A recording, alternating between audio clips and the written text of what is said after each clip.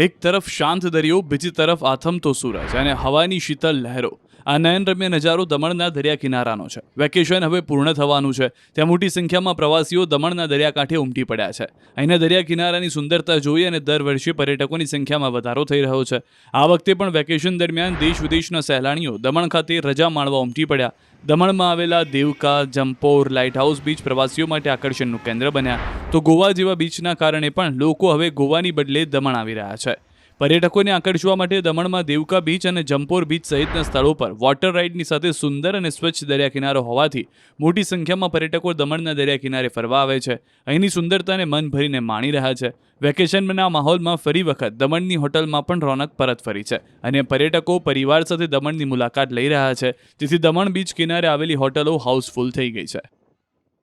અમે લોકો ઉનાળા વેકેશનમાં પહેલાં પ્રોગ્રામ કરી રહેલા હતા શિમલા, મનાલી, કાશ્મીર સાઈડ. છેલ્લે અમે ગોવાનો બી પ્લાન કર્યો, પણ ગોવા કરતાં અમે આખું ફૂલ ફેમિલીએ વિચાર્યું કે દમણમાં જ આવીએ.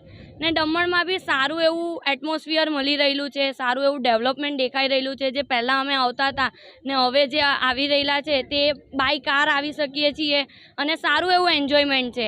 આપણે અહીંયા દમણમાં સારું એવું કેટલી બધી વસ્તુઓ બી ડેવલપ થઈ રહેલી છે, જેમ કે એશિયાનું સૌથી મોટું પક્ષીઘર એ લોકોએ બનાવ્યું છે નરેન્દ્ર મોદી સાહેબે. આ ડેવલપમેન્ટના કારણે બધાને જ ફૂલ ફેમિલી એન્જોયમેન્ટ મળી શકે છે. નાની એવી દેવકા બીચમાં જે નાનું એવું ગાર્ડન બી છે, એમાં નાની એવી ટ્રેન બી બનાવી છે કે જેનાથી ટોય ટ્રેનથી નાના મોટા વડીલો બધા જ બેસીને આખું ફૂલ ફેમિલી એક સાથે બેસીને એન્જોય કરી શકે.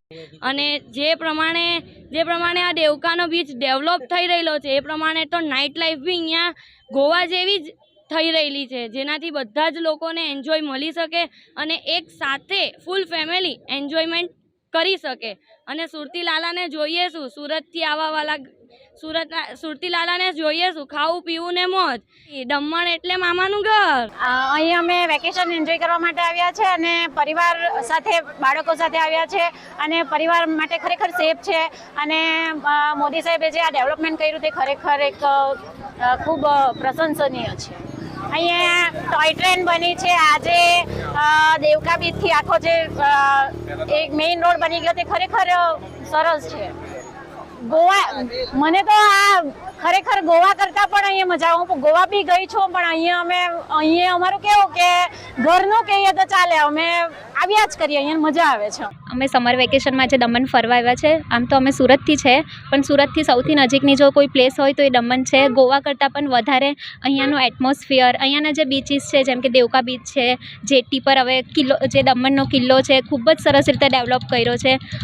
અહીંયા દેવકાની જે વોટર રાઇડ્સ છે, જામપોર બીચની જે વોટર રાઇડ્સ છે, અને આજે તો નવું જોવા મળ્યું છે કે અહીંયા ગો કાર્ટિંગ ચાલુ થયું છે, જેમાં છોકરાઓ ખૂબ જ એન્જોય કરે છે.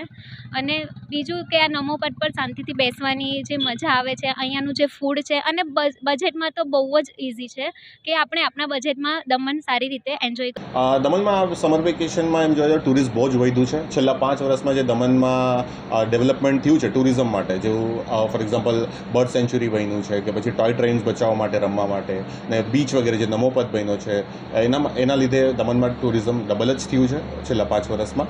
અને અમે હોટલવાલાને બી હોટલ્સ પીપલને બી ઘણો ફાયદો થતો છે આનો. અમે બી એના રિલેટેડ ગેસ્ટોને પરવડે એવો પેકેજ બનાવીને આપતા છે.